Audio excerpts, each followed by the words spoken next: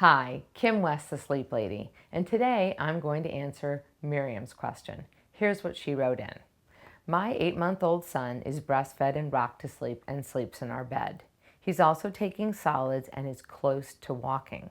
I love him so much and I just need some sleep and my husband back in my bed. For naps, he's dropped his third nap. Even going for walks won't knock him out, which means he can go from 1 p.m. to 6 p.m. wide awake. That's 5 hours. That's a long time for his age group. I've had to bring bedtime forward to 6:30. First nap is around 8 and is 40 minutes to an hour, and he gets up around 5:30 a.m. Total nap times are between 2 and 2.5 hours usually.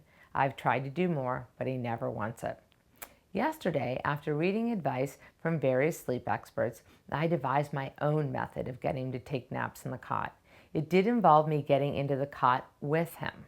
I'm light and it's a travel cot, and I breastfed him to sleep. It worked. I tried the same for nap time. He resisted at first, and then he did fall asleep. He woke after an hour and a half, so I repeated the process. And then he woke 3 times in an hour. So I cracked and I brought him to bed. And he woke up every hour anyways. So now I'm resolved to keep him in the cot tonight. I'm going to gently stop the feeding at night as I know he doesn't need it, but it's a learned crutch. Any advice? I can't do any crying. It's just not my style. And I just want him to sleep even 4 hours together. Okay, so, oh, and by the way, I'm going back to work in 2 months. She added as a PS. So luckily, you do have 8 weeks to get things in order. I would suggest, Miriam, that you start sleep coaching, of course, after a great day of naps. And even if you need to nurse him to sleep for a third nap, because I really would like him to not have such a big wakeful window from 1 p.m. to 6 p.m. Because that is leading to increased night wakenings and early rising.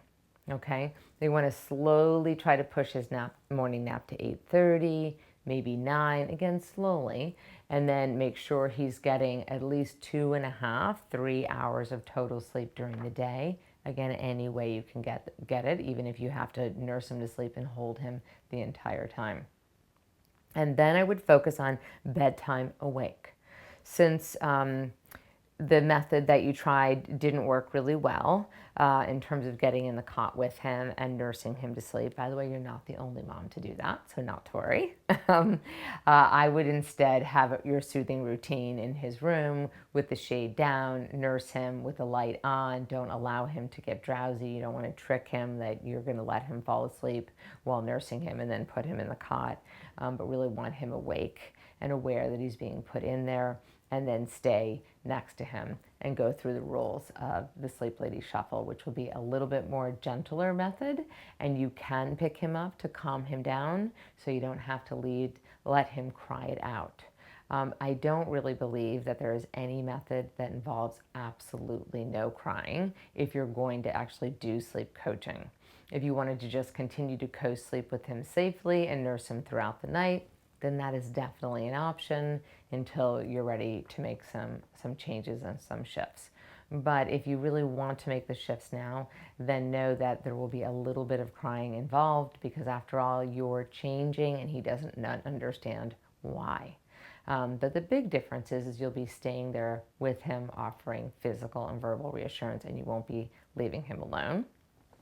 Those are all very important. I want you to decide on a weaning plan, because I know you said that you wanted to gently wean him. So decide on that with your doctor. Also decide how many feedings, if at all, he needs during the night, and how much he should be eating during the day, so you can feel confident that he doesn't need more than that during the night.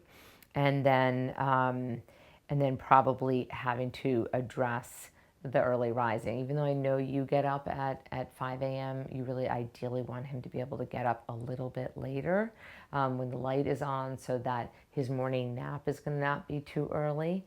And then that will ingrain the early rising, and then he'll definitely need a third nap in order to avoid that long wakeful window from his afternoon nap to bedtime. So I hope that isn't too overwhelming and all of that makes sense. And the good news is you have 2 months to address this, and it won't take nearly that long once you get started.